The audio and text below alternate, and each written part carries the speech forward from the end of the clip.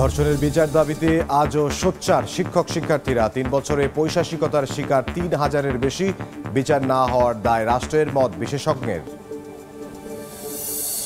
সুরক্ষা আইন সহ ৫ দফা দাবিতে ফের আন্দোলনে ইন্টার্ন চিকিৎসকরা। সরকারি মেডিকেল কলেজ হাসপাতালের সেবা ব্যাহত, রোগী স্বজনদের চরম ভোগান্তি। রাজধানীতে কমছে না মশার উপদ্রব। দুর্নীতি অনিয়মে কাজে আসেনি উত্তর সিটির ১২১ কোটি টাকার বাজেট। রাজনৈতিক প্রভাব খাটিয়ে বিপুল অর্থ ৯/৬ আউটসোর্সিং কোম্পানির। এবং তিস্তা মহাপরিকল্পনা বাস্তবায়নে উত্তরের ৫ জেলায় চলছে জনমত জরিপ। বাস্তবায়ন হলে আসবে বৈপ্লবিক পরিবর্তন, বলছে পাওয়ার চায় না ও রাজনৈতিক প্রশ্ন না ওঠার আশা।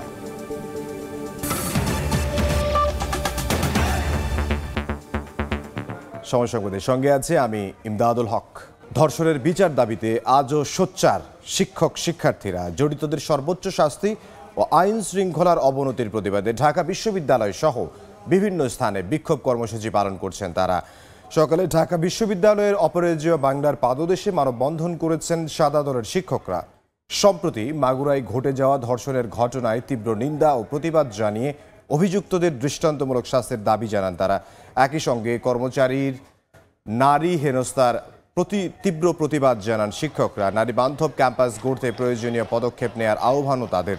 এদিকে দুপুরে নারীর প্রতি সহিংসতার প্রতিবাদে রাজু ভাস্কর্য থেকে স্বরাষ্ট্র মন্ত্রণালয়ের অভিমুখে পদযাত্রা কর্মসূচি রয়েছে। এদিকে দুপুরে ধর্ষণ প্রতিরোধে আইন সংস্কার সহ ৯ দফা দাবিতে প্রধান উপদেষ্টার কার্যালয় অভিমুখে গণপদযাত্রা কর্মসূচি পালনের কথা রয়েছে শিক্ষার্থীদের। ধর্ষকদের শাস্তির দাবিতে রাজধানীর শাহবাগ জাতীয় জাদুঘরের সামনে অবস্থান কর্মসূচি পালন করছে বিভিন্ন কলেজের শিক্ষার্থীরা।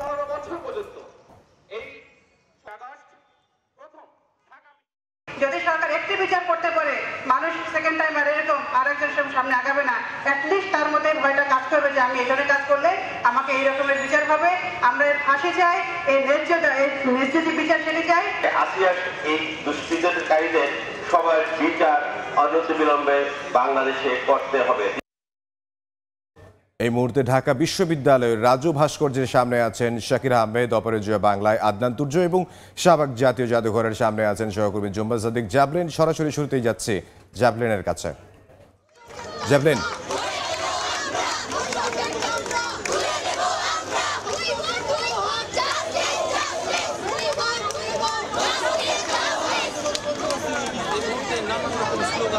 এখানে মুখর হয়ে আছে। আমি অবস্থান করছি শাহবাগ জাতীয় জাদুঘরের সামনে এবং এখানে সমবেত হয়েছেন সাধারণ শিক্ষার্থীরা কলেজ থেকে।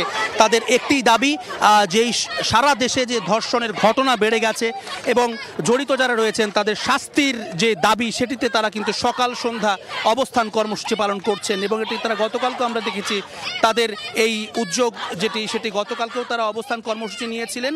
বিশেষ করে আসিয়ার যে ঘটনাটি ঘটেছে মাগুরায়, সেই ঘটনার পর থেকে কিন্তু সারা দেশে বিশেষ করে সেই তনু থেকে শুরু করে আসিয়া পর্যন্ত প্রত্যেকটি ধর্ষণ যেটি হয়েছে চলন্ত গাড়িতে কিংবা কারো বাড়িতে কিংবা বেড়াতে গিয়ে, শিশু থেকে বৃদ্ধা সকল ক্ষেত্রেই বিচারহীনতার যে সংস্কৃতি তৈরি হয়েছে সেটি ধর্ষকদেরকে আরও বেশি উৎসাহিত করছে, এমনটি তারা দাবি করছেন। যার কারণেই এই ধর্ষক যারা রয়েছেন, এই ধর্ষকদের বিচার এই বাংলাতে করতে হবে, সেই দাবি নিয়ে তারা এখানে এসেছেন। এবং শুধুমাত্র ধর্ষক যারা কোনো রকমে তাদের যেই আদালতে একটি মামলা হয় কিংবা তাদেরকে থানায় কিছুদিন রাখার পরে কারাগারে রাখার পরে জামিন দিয়ে দেওয়া হয়, এর পরবর্তীতে তারা কিন্তু সেই বিচার প্রক্রিয়ার যে জটিলতা সেটি দীর্ঘসূত্রিতা চলতে থাকে এবং ধর্ষক কিন্তু ঘুরে বেড়াতে থাকে স্বাভাবিকভাবেই। তবে যিনি ধর্ষিত হন, সেই ধর্ষিত কিংবা ধর্ষিত পরিবার তারা কিন্তু আতঙ্কে থাকেন, উৎকণ্ঠায় দিন পার করেন। যে কারণে তারা বলছেন যে সার্বিক দিক বিবেচনায় নারীদের যে নিরাপত্তা, একটি নারী শিশু থেকে শুরু করে বৃদ্ধা পর্যন্ত প্রত্যেকের নিরাপত্তার জন্য এই ধর্ষকদের যাদের অপরাধ প্রমাণিত হয়েছে তাদেরকে কঠোর থেকে কঠোরতম শাস্তি, মৃত্যুদণ্ড সেটি নিশ্চিত করার দাবিতে তারা এখানে এসেছেন।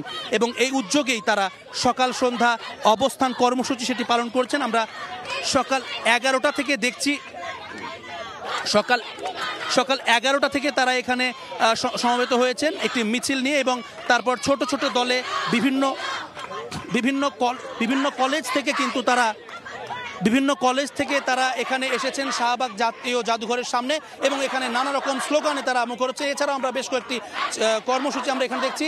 একই সময়ে কর্মসূচি চলছে ঢাকা বিশ্ববিদ্যালয়ের রাজু ভাস্কর্যের সামনে। সেখানকার খবর জানাতে আমাদের সঙ্গে সরাসরি যুক্ত হচ্ছেন সহকর্মী তুর্য।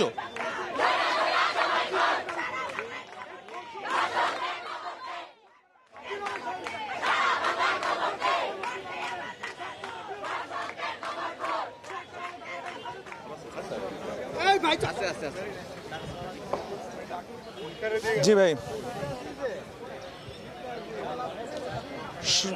সম্প্রতি বাংলাদেশের আইন শৃঙ্খলার যে অবনতি ঘটেছে এবং সম্প্রতি ঢাকা বিশ্ববিদ্যালয়ে নারী হেনস্থার যে ঘটনা ঘটেছে এবং মাগুরায় যে ধর্ষণের ঘটনা ঘটেছে তার বিরুদ্ধে প্রতিবাদ জানিয়েছে ঢাকা বিশ্ববিদ্যালয়ের শিক্ষকদের সাদা দল।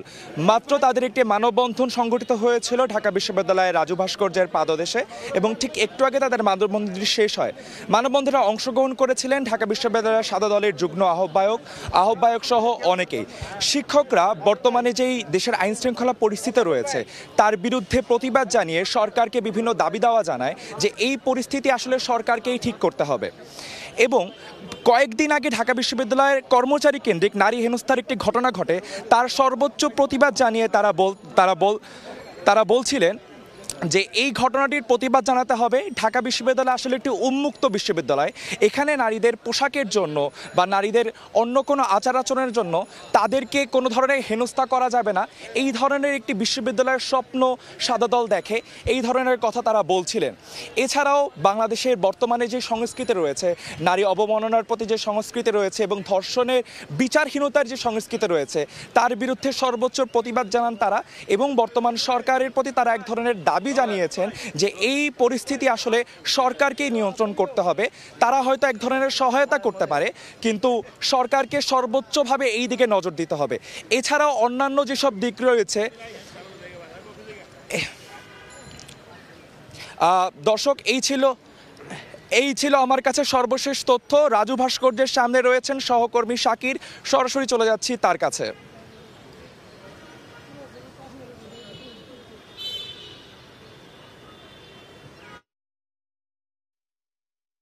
প্রতি সব ধরনের সহিংসতার দাবিতে ঢাকা বিশ্ববিদ্যালয়ের রাজু ভাস্কর্যে অর্থনীতি বিভাগের শিক্ষক এবং শিক্ষার্থী কর্মকর্তা কর্মচারী সহ সবাই কিন্তু দাঁড়িয়েছেন এবং আমরা দেখতে পেয়েছি এই ক্যাম্পাসের এই আয়োজন থেকে নারী শিক্ষার্থীদের পাশাপাশি তাদের সহপাঠীরাও কিন্তু দাঁড়িয়েছেন, শিক্ষকরা দাঁড়িয়েছেন, কর্মকর্তা কর্মচারীরা দাঁড়িয়েছেন এবং তারা বলছেন যে জুলাই বিপ্লবের পরবর্তী সময়ে এ ধরনের নারীর প্রতি সহিংসতা এবং ধর্ষণ সহ সব ধরনের অপরাধের ক্ষেত্রে সরকারের এক ধরনের উদাসীনতা রয়েছে।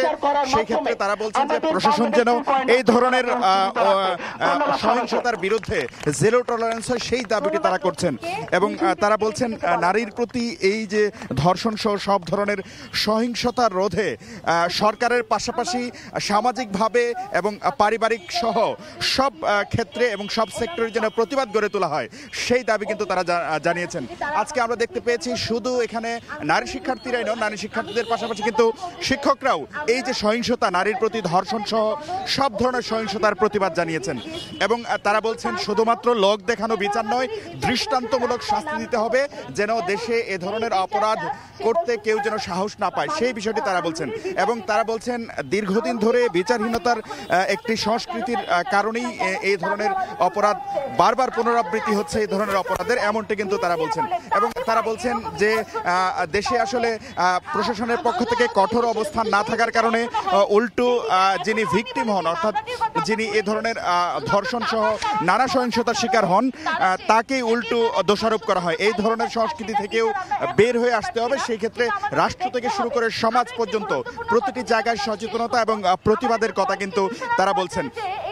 তারা বলছেন সরকার বলছেন যে আইনগুলো রয়েছে সেই আইনগুলোর ফাঁক ফোকর দিয়ে কিন্তু অপরাধীরা বেঁচে যায়, সেই ক্ষেত্রে কিন্তু আসলে আইনগুলোর কঠোর প্রয়োগের মাধ্যমে ধর্ষক সহ অপরাধীরা যেন বা যৌন সহিংসতা সহ নারীর প্রতি সব ধরনের সহিংসতায় জড়িতরা যেন কোনোভাবেই পার পেয়ে যেতে না পারে সে ব্যাপারে আইনের কঠোর প্রয়োগ চেয়েছেন তারা। পাশাপাশি সামাজিক একটি আন্দোলনের কথা বলছেন, তারা বলছেন শুধু আইন আদালত এবং রাষ্ট্র প্রশাসনকে আসলে সক্রিয় হলেই চলবে না, বরং সামাজিকভাবেও ধর্ষক সহ নারীর প্রতি যারা সহিংস আচরণ করেন তাদের বিরুদ্ধে সামাজিকভাবেও একটি আন্দোলন গড়ে তোলা দরকার, এমনটি কিন্তু তারা তাদের প্রতিবাদ সমাবেশ থেকে বলছেন। শুধু এই রাজু ভাস্কর্যে নয়, ঢাকা বিশ্ববিদ্যালয়ের আরও কয়েকটি জায়গায় কিন্তু নারীর প্রতি সহিংসতার প্রতিবাদে, ধর্ষণের প্রতিবাদে এই প্রতিবাদ সমাবেশ অনুষ্ঠিত হচ্ছে। আমরা দেখতে পেয়েছি ঢাকা বিশ্ববিদ্যালয়ের রাজু ভাস্কর্যের পাদদেশেও বিএনপি জামায়াতপন্থী শিক্ষকদের সংগঠন নীল দলের পক্ষ থেকেও কিন্তু এক ধরনের প্রতিবাদ সেটি জানানো হয়েছে, এবং তারা বলছেন রাষ্ট্রের আইন প্রয়োগের পাশাপাশি সামাজিকভাবে এই ধর্ষক যারা রয়েছে, নারীর প্রতি সহিংসতাকারী যারা রয়েছে, তাদের বিচারের কিন্তু আজকের এই সমাবেশ বা এই প্রতিবাদগুলো থেকে ধর্ষক এবং সহিংসতাকারীদের বিচারের দাবি জানানো হচ্ছে। এই ছিল ঢাকা বিশ্ববিদ্যালয়ের রাজু ভাস্কর্য থেকে আমার কাছে সবশেষ খবর। তার সমাজের অবস্থানটা কোথায়? নারীর প্রতি সহিংসতা ও ধর্ষণের প্রতিবাদে প্রতিবাদ কর্মসূচির খবর আমাদেরকে জানাচ্ছিলেন রাজু ভাস্কর্যের সামনে থেকে শাকির আহমেদ, এবং এর আগে ঢাকা বিশ্ববিদ্যালয়ের অপরাজয় বাংলার সামনে থেকে আদনান তুর্য, এবং তার আগে শাহবাগ থেকে যোগ দিয়েছিলেন সহকর্মী জুম্মান সাদেক জাবরেন। প্রায় প্রতিদিনই নতুন নতুন নাম, কেউ না কেউ ধর্ষণের শিকার হচ্ছেন দেশের নানা প্রান্তে। বাড়ছে আতঙ্ক। হঠাৎ কেন এমন পরিস্থিতি? বিশেষজ্ঞদের মধ্যে এ নিয়ে রয়েছে ভিন্ন ভিন্ন মত। শৃঙ্খলা রক্ষায় ব্যর্থতার এই দায় কেউ দিচ্ছেন স্বরাষ্ট্র মন্ত্রণালয়কে, কেউ আবার আইন বিভাগকে। ধ্রুব ব্যানার্জি জানাচ্ছেন বিস্তারিত, ক্যামেরায় ছিলেন আল মামুন। তিনজন মিলে আমাকে ভেতরে একটা ফাঁকা জায়গায় নিয়ে গেছে। তোমাদের বাড়ি মা বোন সবাই আছে, তো আমারে ছাইড়ে দাও। ও বলে কি না, তুই যা করতে পারিস কর। তাকে একবারে ফাঁসি দিয়ে দিত, যাতে আর কোনো মা বোনের দিকে এরমে চোখ তুলে না থাকে। ভিন্ন মুখ, ভিন্ন প্রেক্ষাপট, তবে অভিন্ন বিচারের আকুতি। এই আর্তনাদের পরও ঠেকানো যায়নি ধর্ষণ নামক সামাজিক ব্যাধি।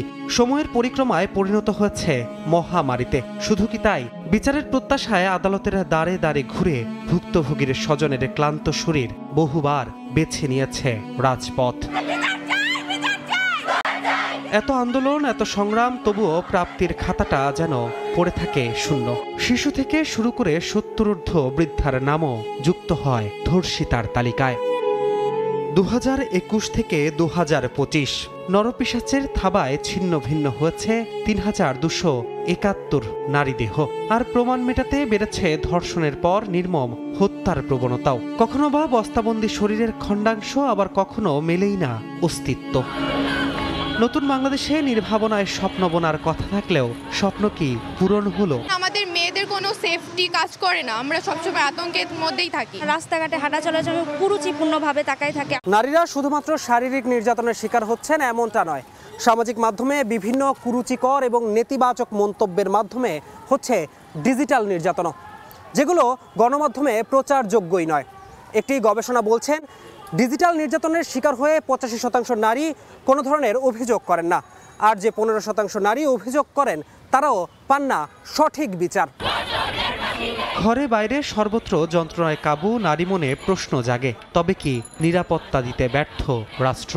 স্বরাষ্ট্র মন্ত্রণালয়ের সোজা কথা এখানে চরম ব্যর্থতা আছে। তারা শুরু থেকেই তাদের ব্যর্থতার পরিচয় দিয়ে যাচ্ছে। 99 জন ধর্ষক, তাদের আপনি শাস্তি দিতে পারেন না, মানে due to the judicial system. ধর্ষণের মামলায় 90 দিনের মধ্যে বিচার করতে হবে। ধর্ষণের ঘটনায় 15 দিনে তদন্ত আর 90 দিনে বিচার। আইন উপদেষ্টার এমন ঘোষণাতেও আছে শঙ্কার কালো মেঘ। প্র্যাকটিস লেভেলে যারা কাজ করে, অ্যাডভোকেট এবং বিচারক, তাদের সাথে কথা বলাটা দরকার, যেটা আসলে সম্ভব কিনা। তো ইনভেস্টিগেশন 15 দিনে আসলে কোনোভাবেই সম্পন্ন করতে পারবে না এই ধরনের ঘটনাগুলো। ফলে যেটা হবে, সাকসেস দেখানোর জন্য নিরপরাধ ব্যক্তিদেরকে ধরে ধরে চালান করার ব্যাপার ঘটবে।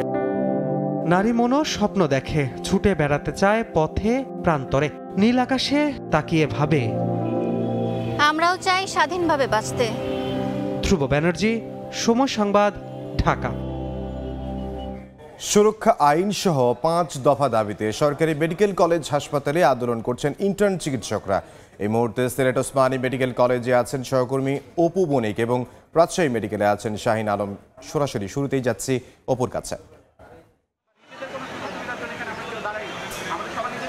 দেখুন, আমরা এই মুহূর্তে রয়েছে সিলেট এমএজি উসমানী মেডিকেল কলেজের একদম মূল ফটকে, যেটাকে ওনারা গুলচত্বর বলে থাকেন, এবং সকাল থেকে কিন্তু তারা কমপ্লিট শাটডাউন কর্মসূচিতে রয়েছেন। দেখছেন পিছনে ইন্টার্ন চিকিৎসকরা এখানে অবস্থান করছেন এবং তাদের সাথে আজকে একাত্মতা পোষণ করেছেন মিড লেভেলের যারা রয়েছেন তারা, এবং তারা যেটি বলছেন যে আসলে মূলত যারা এমবিবিএস এবং বিডিএস ডিগ্রিধারী ছাড়া যারা এসএসসি পাশ করার পরেও যারা এখানে কাজ করছেন, তো তারা কিন্তু ডাক্তার যে উপাধিগুলো রয়েছে সেগুলো কিন্তু তারা ব্যবহার করছেন। মূলত এই তারই সুবাদে কিন্তু তারা প্রায় আজকে কমপ্লিট শাটডাউনে গিয়েছেন, যেহেতু আগামীকাল কোর্টের একটি রায় রয়েছে, সেই রায়কে কেন্দ্র করে কিন্তু আজকে সকল ইন্টার্ন চিকিৎসকরা এখানে সিলেট এমএজি উসমানী মেডিকেল কলেজের মূল ফটকে তারা অবস্থান নিয়েছেন এবং কমপ্লিট শাটডাউনে রয়েছেন। যদিও আমরা তাদের সাথে কথা বলেছি, এখানে যিনি সমন্বয়ক রয়েছেন, দায়িত্বপ্রাপ্ত যিনি রয়েছেন, তিনি আমাদেরকে যেমনটি জানিয়েছেন ইমার্জেন্সি ক্যাজুয়ালিটি বিভাগের দুজন রেজিস্টার্ড চিকিৎসক রয়েছেন যারা সর্বাক্ষণিক চিকিৎসা সেবা দেওয়ার জন্য তারা কাজ করছেন, এবং পাশাপাশি তারা তাদের দাবি যদি আদায় না হয় সেই ক্ষেত্রে কমপ্লিট শাটডাউন সকাল থেকে শুরু হয়েছে, আগামীকাল পর্যন্ত চলবে, এবং তাদের এখান থেকে সিলেট থেকে কালকের রায়ের বিষয়টিকে কেন্দ্র করে কিন্তু তারা সিলেট থেকে সকলেই আজ ঢাকামুখী প্রবেশ করবেন। এবং আপনাদেরকে আরেকটি বিষয় জানিয়ে রাখতে চাই যে 10,000 চিকিৎসক নিয়োগ এবং বিসিএসসি এর চাকরিতে প্রবেশের বয়সসীমা 34 বছর পর্যন্ত বাড়াতে হবে, এমনটি দাবিও তারা জানিয়েছেন। এবং যেহেতু বিএমডিসি অ্যাক্ট 2010কে চ্যালেঞ্জ করে যে রিট করা হয়েছিল, যার রায় হচ্ছে আগামীকাল হওয়ার কথা রয়েছে, এবং ইন্টার্ন চিকিৎসক এখানকার যে আদনান মাহমুদ তানিম আমাদেরকে যেমনটি জানিয়েছেন যে জরুরি বিভাগ আইসিইউগুলোতেও কিন্তু রোগীদের সবসময় নিবিড় পর্যবেক্ষণে রাখতে হতো, সেই ক্ষেত্রে তাদের চিকিৎসা কিন্তু তারা বন্ধ করেননি, তাদের একটি টিম কিন্তু সর্বদাই কাজ করছে তাদের চিকিৎসা সেবা নিশ্চিতকরণে, এবং সেই মানবতার বিষয়টি কিন্তু তারা তুলে ধরছেন। পাশাপাশি তাদের যে 5 দফা দাবি রয়েছে সেই দাবি আদায়ের জন্যই কিন্তু তারা আজকের এই অবস্থান করেছেন, এবং মেটসদেরকে বিশেষ করে তারা তাদেরকে আওতায় ধরে এনে নিয়ে কিন্তু তাদেরকে আসলে প্রকৃতপক্ষে তাদের যে দায়িত্বগুলো তাদেরকে বুঝিয়ে দেওয়ার জন্য কিন্তু তারা এখানে অবস্থান নিয়েছেন এবং কমপ্লিট শাটডাউন চলছে। তো Sylhet MAG Usmani medical college থেকে আমার কাছে কমপ্লিট শাটডাউনের সর্বশেষ তথ্য। এখন চলে যাচ্ছি রাজশাহীতে, সেখানে রয়েছেন আমাদের সহকর্মী শাহিন আলম। 5 দফা দাবি আদায়ে রাজশাহী মেডিকেল কলেজ হাসপাতালের চিকিৎসকরা কমপ্লিট শাটডাউন কর্মসূচি পালন করছে। আমরা এই মুহূর্তে আছি রাজশাহী মেডিকেলের আউটডোর গেটে। এখানে বেলা 11টা থেকে কিন্তু আউটডোরের যে সেবা সেটিও কিন্তু মিড লেভেলের ডক্টর এবং হচ্ছে ইন্টার্ন চিকিৎসকরা তারা এখানকার যে টিকিট দেওয়া সেটি তারা দেওয়া বন্ধ রেখেছেন, এবং এখানকার চিকিৎসকদের সঙ্গে আমরা কথা বলেছি, তারা আমাদেরকে জানিয়েছেন যে আজকে এবং আগামীকালকে তারা তাদের এই কর্মসূচিটি অব্যাহত রাখবেন, এবং আগামীকাল এই বিষয়ে কিন্তু আদালতের একটি রায় প্রকাশ হওয়ার কথা রয়েছে। হাইকোর্ট কর্তৃক পূর্ণাঙ্গ রায় প্রকাশ এবং 5 দফা দাবিতে তারা কিন্তু ধারাবাহিকভাবে এই আন্দোলনটি করে আসছেন। তাদের দাবিসমূহের মধ্যে রয়েছে প্রথম যে দাবিটি সেটি হচ্ছে এমবিবিএস এবং বিডিএস ডিগ্রি ব্যতীত কেউ যেন ডাক্তার পদবিটি ব্যবহার করতে না পারে, সেই দাবিতে তারা আন্দোলন চালিয়ে যাচ্ছেন। এবং গতকালকে থেকে তারা কিন্তু মেডিকেলের যে ক্লাস পরীক্ষা সেটিও তারা বন্ধ রেখেছেন। পাশাপাশি যে বিভিন্ন রাজশাহী মেডিকেল কলেজ হাসপাতালের বিভিন্ন ওয়ার্ডে যে 2 জন করে ইন্টার্ন চিকিৎসকদের সঙ্গে যে সেবা দিয়ে রাখেন সেটা থেকেও তারা বিরত রয়েছেন, এবং আজকে তারা আউটডোরে যে চিকিৎসা দেওয়া হয় রোগীদের সেটি থেকেও তারা সরে এসেছেন, এবং তারা বলছেন যে আগামীকাল আদালত থেকে যে রায় দেওয়ার কথা সেটি যদি মেডিকেল কলেজের শিক্ষার্থীদের পক্ষে না আসে তারা আরও কঠোরতর কর্মসূচিতে যাওয়ার কথা কিন্তু তারা জানিয়েছেন। আর যদি রায় তাদের পক্ষে আসে এবং আগামীকাল থেকে তারা তাদের কর্মসূচি শেষ করবেন এবং তারা তাদের ক্লাস পরীক্ষায় ফিরে যাবেন। যদি আজকের কথা বলে, আজকে বেলা 11টা থেকে কিন্তু রাজশাহী মেডিকেলের কলেজের এই বহির্বিভাগের চিকিৎসা সেবা বন্ধ রয়েছে। এতে খানিকটা বিড়ম্বনায় পড়ছেন দূর দূরান্ত থেকে যারা চিকিৎসা নিতে আসেন, তারা কিন্তু এখানে এসে খানিকটা বিড়ম্বনায় পড়ছেন। বিড়ম্বনার কথা তারা আমাদেরকে জানিয়েছেন। যদি এক কথায় বলা যায় যে এই 5 দফা দাবিতে কিন্তু দীর্ঘদিন ধরে মেডিকেলের শিক্ষার্থীরা আন্দোলন করে আসছেন, এবং তাদের দাবি আদায় না হওয়া পর্যন্ত তারা এই আন্দোলন চালিয়ে যাবার ঘোষণা দিয়েছেন। তো এই ছিল আমার কাছে রাজশাহী মেডিকেল কলেজ হাসপাতাল থেকে আন্দোলনের সর্বশেষ খবর। ইন্টার্ন চিকিৎসকদের আন্দোলনের খবর আমরা জানছিলাম রাজশাহী থেকে সহকর্মী শাহিন আলম, এবং এর আগে সিলেট থেকে যোগ দিয়েছিলেন অপু মনিক। সাভারের আমিনবাজারে ভয়াবহ আগুনে পুড়ল পাওয়ার গ্রিডের উপকেন্দ্র। ট্রান্সমিটার থেকে আগুনের সূত্রপাত বলে ধারণা করছে ফায়ার সার্ভিস। বিকল্প সঞ্চালন লাইনে বিদ্যুৎ সরবরাহ স্বাভাবিক আছে বলে জানিয়েছেন সংশ্লিষ্টরা। ভয়াবহ আগুনে পুড়ে ছাই বিদ্যুতের ট্রান্সফরমার। অবশেষে 2 ঘন্টার চেষ্টায় নিয়ন্ত্রণে আসে আগুন বর্তমানে হলো যে পুরোপুরি নিয়ন্ত্রণে এসেছে এবং ইতিমধ্যে হলো যে একটি কমিটি গঠন করা হয়েছে। বিদ্যুতের বিকল্প সঞ্চালন লাইন থাকায় সরবরাহে কোনো সমস্যা নেই বলে জানায় ফায়ার সার্ভিস। যারা অথরিটি আছে ওনাদেরকে বলছি তেমন কোনো সমস্যা হচ্ছে না, ওনাদের ব্যাকআপ ট্রান্সফরমার আছে, সেগুলো চালিয়ে ওনারা সরবরাহ সঠিকভাবে রাখার চেষ্টা করছে। আগুন লাগার কারণ এবং ক্ষয়ক্ষতির পরিমাণ জানতে 5 সদস্যের তদন্ত কমিটি গঠন করা হয়েছে। সময় সংবাদ, সাভার। মশক নিধন ও ডেঙ্গি মোকাবিলায় ঢাকা উত্তর সিটি কর্পোরেশনের 121 কোটি টাকা বাজেট থাকলেও অনিয়মের কারণে মেলেনি কাঙ্ক্ষিত ফল। নবনিযুক্ত প্রশাসক জানান, রাজনৈতিক প্রভাব খাটিয়ে এ খাত থেকে বিপুল অর্থ 9-6 করে outsourcing company multi waste management and engineering. এমনকি মশা নিধন কর্মীদের বেতনের অর্ধেক টাকা হাতিয়ে নিয়েছে কোম্পানিটি। সাদিকুর রহমান জানাচ্ছেন বিস্তারিত। রাজধানীতে কমছে না মশার উপদ্রব। বছর বছর কোটি কোটি টাকা খরচ করলেও ফলাফল শূন্য। গত অর্থবছর ঢাকার 2 সিটি কর্পোরেশনের মশা মারতে বাজেট ছিল 152 কোটি 85 লাখ টাকা, যার মধ্যে উত্তরের 121 কোটি 84 লাখ। তবুও নিয়ন্ত্রণে নেই মশা। এবছর মশক নিধনে কার্যকর ভূমিকা না থাকায় বর্ষার আগেই দেখা দিয়েছে মশার উপদ্রব। মশার ওষুধ দেয় বা ওই মশার ওষুধ ছিটায়, এগুলো আমি দেখিনি, আমার চোখ অনেক দিন তো পড়তেছে না। মাঝে মাঝে ধোঁয়াকৃতি দেখা যায়, যেটা অনেক দূরের থেকে যথাযথ জায়গায় মানে নিধন হয় মশা, এরকমভাবে আমরা দেখি না, সচরাচর চোখে পড়ে না। ধোঁয়াটা খালি এই জায়গায় দিয়ে চলে যায়গা, কিন্তু মশা তো যায় না। 5 আগস্টের পট পরিবর্তনের পর মশক নিধন প্রকল্প থেকে বিপুল অর্থ 9-6 করার অভিযোগ উঠেছে outsourcing company multi waste management and engineering এর বিরুদ্ধে। এমনকি মশা নিধন কর্মীদের মাসিক বেতন প্রায় 18,000 টাকা হলেও কোম্পানিটি পরিশোধ করত প্রায় অর্ধেক। আমাদের বেতন 17,610 টাকা, কিন্তু আমরা এখন পাচ্ছি হলো 11,800 টাকা। এটা ঢাকা শহরে চলা কষ্ট হয়ে যায়, তারপরে আমরা পরিস্থিতি শিকার হয়ে থাকতে হয়। আমরা সিটি কর্পোরেশন একটা জানতে চাই যে আমাদের যে ন্যায্য বেতনটা আছে সেটা আমাদের পুনরায় দেওয়া হোক। যারা এই আউটসোর্সিংটা করছেন তাদের সাথে সিটি কর্পোরেশনের এক ধরনের রাজনৈতিক সম্পর্ক তৈরি হয়েছিল অতীতে, এবং যেটা ছিল বাজে প্র্যাকটিস। মশক নিধন কর্মী অথবা একজন সুইপারের জন্য অ্যালোকেটেড করা আছে ম্যাক্সিমাম বাজেট 18 থেকে 19,000। আমি এসে এটা দেখেছি এবং অন্যান্য গবেষণাও এটা পাওয়া গেছে, তারা তো 8,000 টাকাও পান না।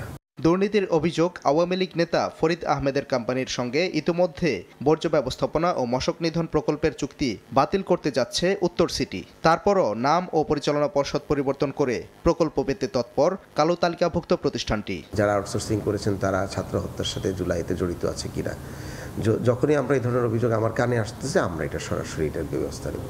কারণ গণবিরোধী অবস্থানে থেকে সিটি কর্পোরেশনের গণমুখী অবস্থানের সাথে তারা আসলে অ্যালাইন করে চলতে পারবে না। মশক নিধন ও বর্জ্য ব্যবস্থাপনা কার্যক্রমের অগ্রগতির লক্ষ্যে শিগগিরই মাঠ কর্মীদের হেলথ ইন্স্যুরেন্সের ব্যবস্থা করতে যাচ্ছে উত্তর সিটি। সাদিকুর রহমান, সময় সংবাদ, ঢাকা। রাজধানীর বাজারে গেল 1 মাসে মোটা চাল, ডাল ও আটার দামে কোনো পরিবর্তন আসেনি, তবে বোতলজাত সয়াবিনের দাম কমার খবর দিয়েছে টিসিবি। দাম কমেছে ছোলা, চিনি ও পেঁয়াজের। রাজধানীর বাজারে 1 মাস ধরে 1 কেজি মোটা চাল গড়ে বিক্রি হচ্ছে 50 থেকে 55 টাকায়, এমন তথ্যই দিয়েছে সরকারি বিপণন সংস্থা টিসিবি। তবে 10 ফেব্রুয়ারি 70 থেকে 85 টাকায় প্রতি কেজি সরু চাল বিক্রি হলেও মার্চের 10 তারিখে বেচাকেনা হয়েছে 72 থেকে 85 টাকায়। এই সময়ে আটা বিক্রি হয়েছে 40 থেকে 45 টাকা কেজি দরে, আর 110 থেকে 120 টাকা কেজি দরের ছোলার দাম গেল 1 মাসে নেমেছে 105 থেকে 110 টাকায়। ফেব্রুয়ারির 10 তারিখে 180 থেকে 185 টাকায় বিক্রি হওয়া প্রতি লিটার বোতলজাত সয়াবিন তেলের দাম সরকার নির্ধারিত খুচরা মূল্যকে বৃদ্ধাঙ্গুলি দেখিয়ে 17 ফেব্রুয়ারি উঠে যায় 185 থেকে 190 টাকায়। তবে 10 মার্চে দাম খানিকটা কমে প্রতি লিটার বিক্রি হয়েছে 170 থেকে 185 টাকায়। গেল 1 মাসে পাম অয়েলের দাম লিটারে 2 টাকা কমতির হিসাব দিয়েছে সরকারি বিপণন সংস্থা টিসিবি। 120 থেকে 125 টাকা কেজি দরের চিনির দাম 1 মাস আগের তুলনায় 2 টাকা কমেছে টিসিবির বাজার পর্যবেক্ষণের তথ্যে। 1 মাসে কেজিতে 5 থেকে 15 টাকা কমে বর্তমানে প্রতি কেজি দেশি পেঁয়াজের দাম নেমেছে 35 থেকে 50 টাকায়। তবে এই সময়ে আলুর দাম বৃদ্ধির পরিসংখ্যান দিয়েছে trading corporation of Bangladesh TCB. Kamrul Hasan সবুজ, সময় সংবাদ, ঢাকা। ঈদ শপিংয়ে চোখ ধাঁধানো সব ফার্নিচারে শোরুম সাজিয়েছে নামি দামি ব্র্যান্ডগুলো। বেশি চাহিদা সোফা ও ডাইনিং টেবিলের, কেউ কিনছেন ঝাড়বাতিও। আর এই কেনাকাটাকে সহজ করতে অনেক প্রতিষ্ঠানই দিচ্ছে 5 থেকে 10% মূল্য ছাড়। অফার লুফে নেয়া ক্রেতাদের দাম নিয়েও নেই কোনো অভিযোগ। প্রতিষ্ঠানগুলোর প্রত্যাশা অন্য মাসের তুলনায় 30% বেশি বিক্রি হবে এবার রমজানে।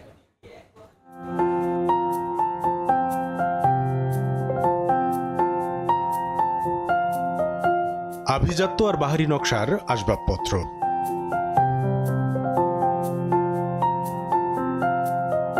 ঐতিহ্য আধুনিকতার মেশেলে দৃষ্টিনন্দন এসব বেড, সোফা, ডাইনিং টেবিল তৈরিতে প্রাধান্য পেয়েছে ক্রেতার রুচি ও স্থায়িত্ব।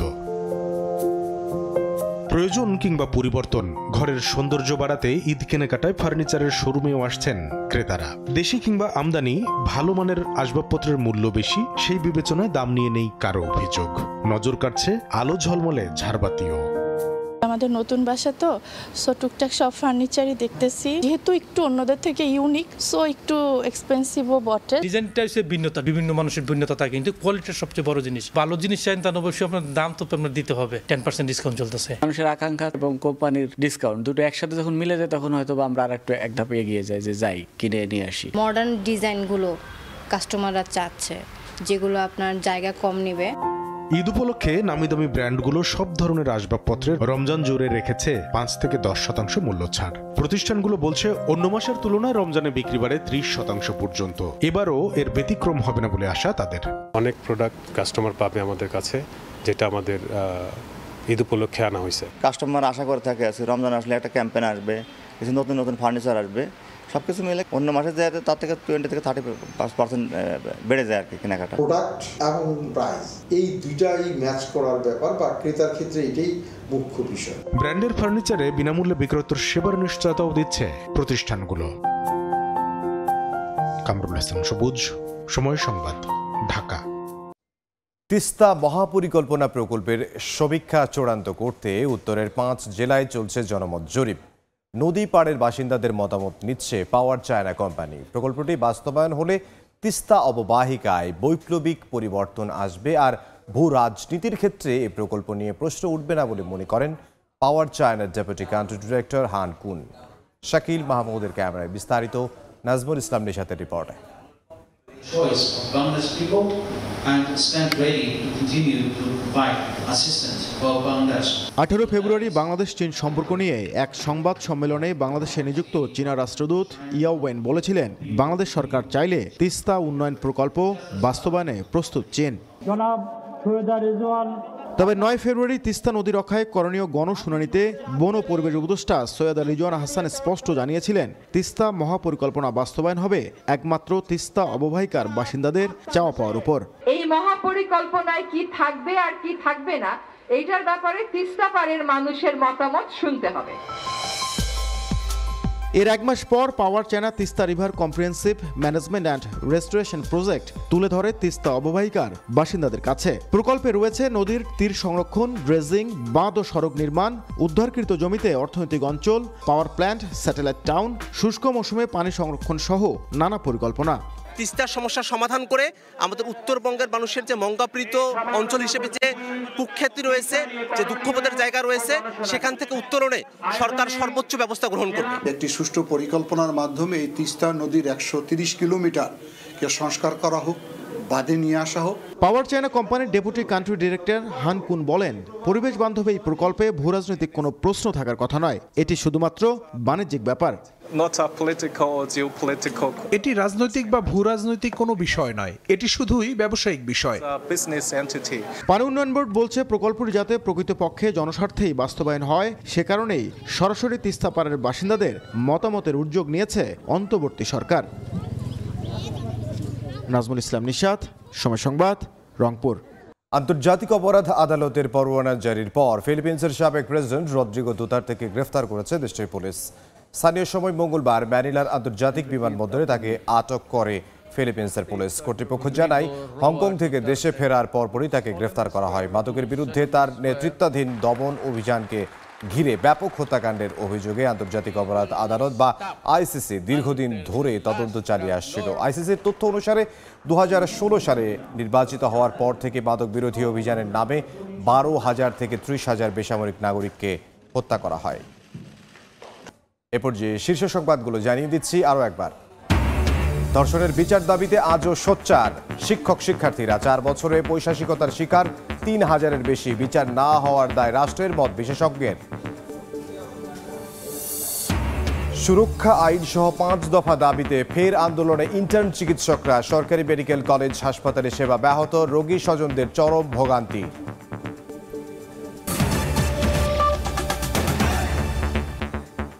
এই ছিল সময় সংবাদ, সঙ্গে থাকুন সময়।